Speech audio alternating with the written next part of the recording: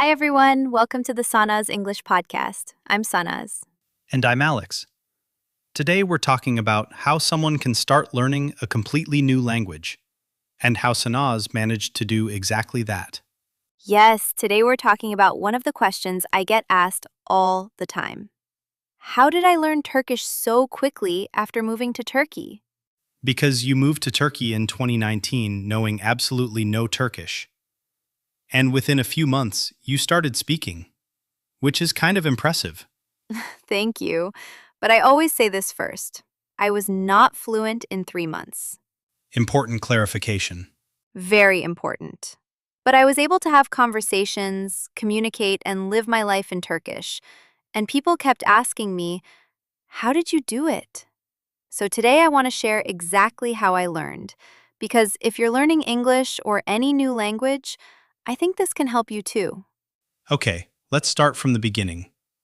What was the first step? The first thing I did was build a foundation.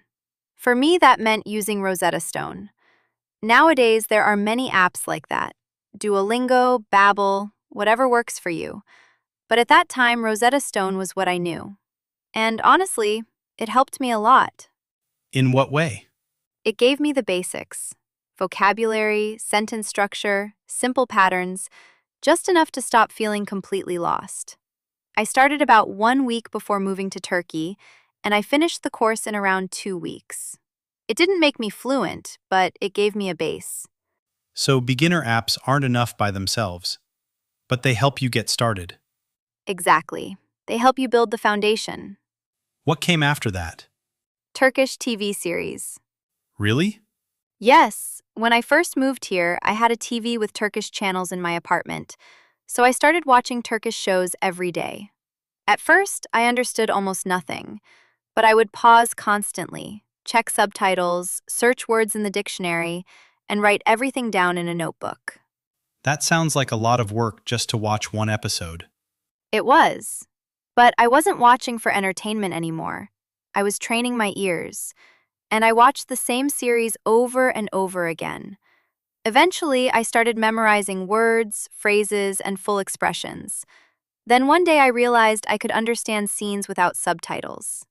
That must have felt amazing. It really did. What was your next step? I changed everything around me into Turkish. My phone settings, my Google searches, my music, my shopping lists, even my notes to myself. So you made the language part of your daily life. Exactly. Because I think one of the biggest mistakes people make is they study the language for 1 hour and then live the rest of their day completely in their native language. That slows everything down. You need the language to become part of your lifestyle. You also mentioned YouTube helped you a lot. Yes, because I stopped learning only through study materials. I started learning through things I actually enjoyed. For example, I love cooking, so I watched cooking videos in Turkish all the time.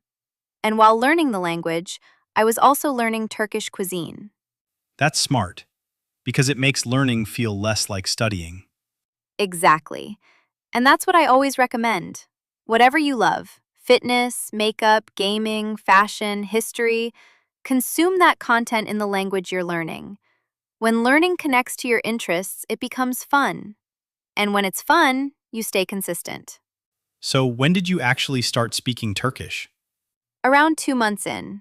But let me be honest, my Turkish was terrible. Bad? Very bad. I made so many mistakes.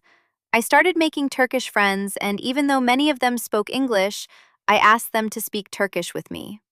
Sometimes I would mix Turkish and English in the same sentence. It was a complete mess. But you did it anyway. Exactly. Because you cannot wait until you feel ready. You become ready by speaking.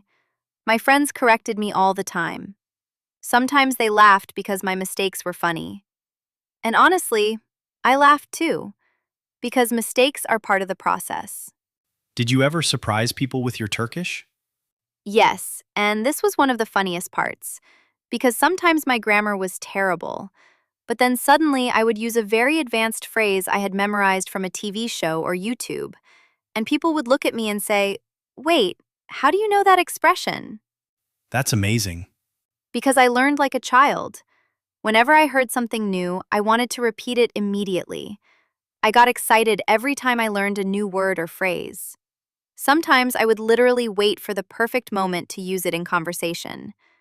That excitement helped me improve much faster. So, what do you think is the biggest mistake people make when trying to learn a language? I think they keep living in their native language. I've met people who lived in Turkey for 4 or 5 years and still couldn't speak Turkish. Not because they weren't capable, but because they never truly immersed themselves. You can live in a country for years and still not learn the language if you avoid it every day. So, if someone listening wants to learn a new language faster, what should they do? I would say, number 1, build a foundation. Use an app, course, or beginner-friendly program. Number 2, watch series actively. Pause, repeat, and take notes. Number 3, change your environment into the language. Make it part of your daily life. Number 4, start writing in the language. It doesn't have to be essays or anything complicated. Write shopping lists, notes to yourself, messages to friends, or journal entries. Check your writing, correct it, and keep practicing. Number 5, learn through your interests. Choose content you genuinely enjoy. And finally, start speaking as soon as possible, even before you feel ready. Language is for communication, so you need to use it with real people. And thanks to technology, you don't have to live abroad anymore. You can find native speakers online anytime. Final question. What would you say to someone who feels like learning a language is too hard for them? I would say this. Language learning feels hard when you treat it like school. When you force yourself to memorize grammar rules all day and wait until you're ready, of course it feels difficult. But language learning can be natural. Listen first. Listen as much as possible. Expose yourself to the language every day.